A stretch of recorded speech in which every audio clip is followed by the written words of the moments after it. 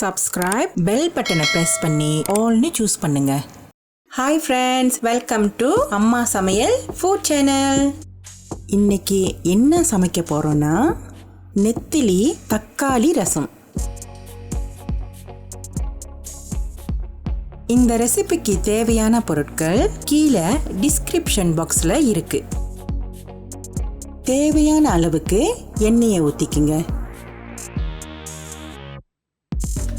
அடுத்தது வாங்க மிக்ஸ் ஸ்பைசஸை சேர்த்துக்கலாம். சில பேர் மிக்ஸ் ஸ்பைசஸ்னா என்னன்னு கேட்குறீங்க.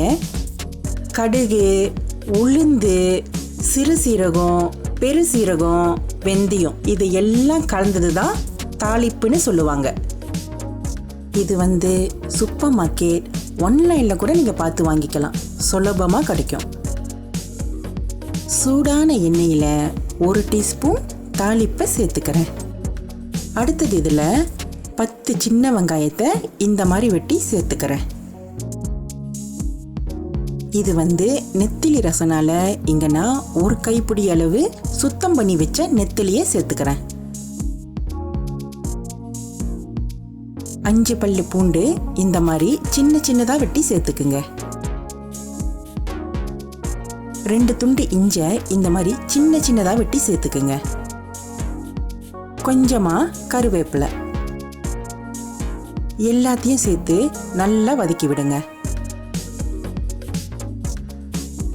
இதெல்லாம் நல்லா பொன்னிறமாக ஆகிற வரைக்கும் வதக்கி விடுங்க.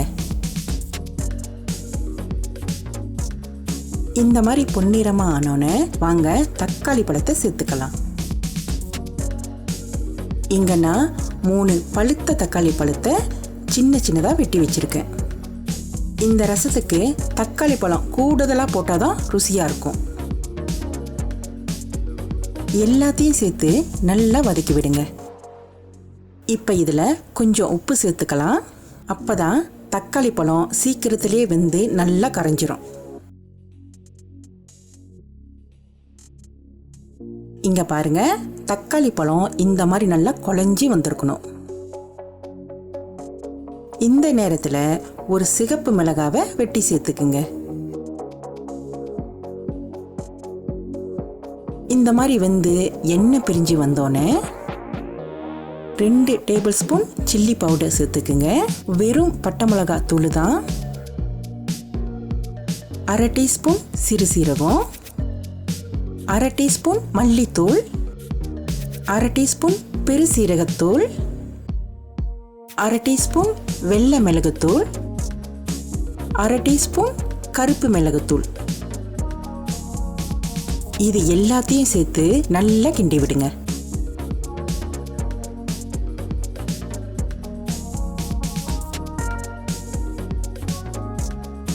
நல்லா மிக்ஸ் பண்ணியாச்சு. இப்போ வாங்க தேவையான அளவுக்கு தண்ணீர் ஊற்றிக்குங்க. அடுத்தது கொஞ்சமாக கரைச்ச புளியை இதில் ஊற்றிக்கிறேன். இதை நல்லா மிக்ஸ் பண்ணி விடுங்க. இந்த ரசம் இந்த மாதிரி தண்ணியாக செஞ்சால் தான் ருசியாக இருக்கும். இன்னொன்று பார்த்தீங்கன்னா இதில் நான் பெருங்காயம் சேர்க்கலை. இப்போ இதை மூடி போட்டு நல்லா கொதிக்க விடுங்க.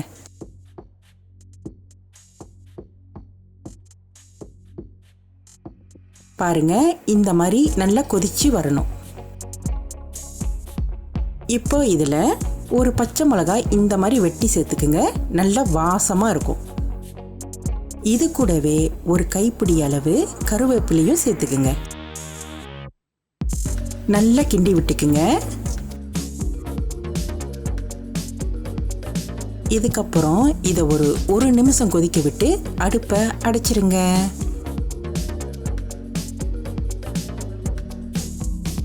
அருமையான நெத்திலி தக்காளி ரசம் ரெடி ஆயிருச்சு. கலரு பார்க்கவே எப்படி அழகா இருக்கு பார்த்தீங்களா? சின்ன வயசுல அடிக்கடி இந்த ரசம் வீட்டில் வைப்பாங்க. வெறும் சோத்துல ஒரு கருவாடு பொரிச்சு வச்சு இந்த ரசத்தை ஊற்றி சாப்பிடுவோம்.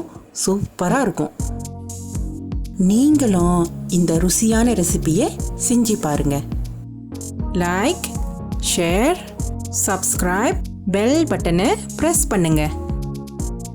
எங்கள் சேனலை சப்போர்ட் பண்ணுற எல்லா மக்களுக்கும் ரொம்ப ரொம்ப நன்றி. கமெண்ட் பண்ண மறந்துடாதீங்க. அடுத்த வீடியோவில் பார்க்கலாம். பாய்.